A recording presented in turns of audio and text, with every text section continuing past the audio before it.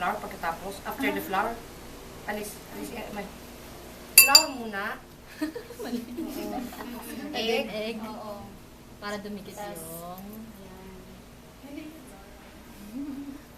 Sige.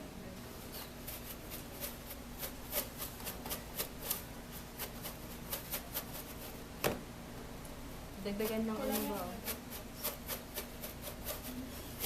Dagdagan ng ano. Yan, ready. Huwag mo naman pinatulo doon, tanga. Kaya nga may separation ng powers eh. Ang state, ang church.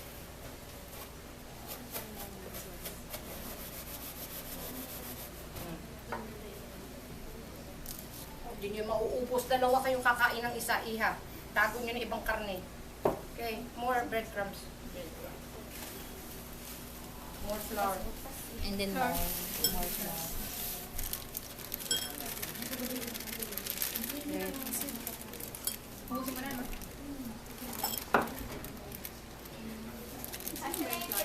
Ang pinaka ano diyan ha, sarado ha. Kung hindi ang cheese nyo na doon sa loob ng frying pan. Huwag ka na extra plate niya. Dito ba, oh? Kaya lutuin. Meron na yan. Huwag kayong lagay ng lagay pag tikman nyo muna bago ilalagay. Ang potato gratin, pagkuhan nyo sa oven, basa. Pero tinan nyo, as it cools, look. It gets drier. As it cools down, it gets drier and drier. It becomes... Kumuha pa kayo ng isang gano'n para dalawa na plate. Oo nga, yung isang gano'n na patong.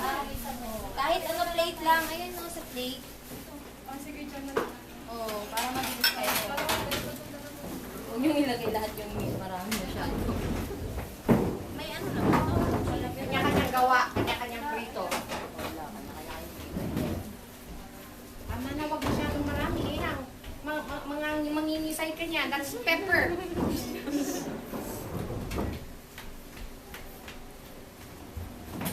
Nasa natin? Flour muna. Bakit yan Flour egg? muna. Flour muna. Flour, egg first. Flour, egg. Flour, tas egg, tas doon. Tapos ang breadcrumbs. Flour.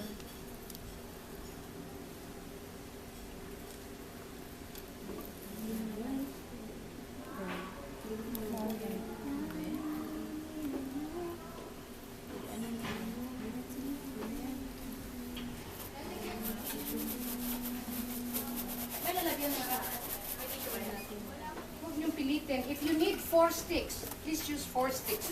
Don't force.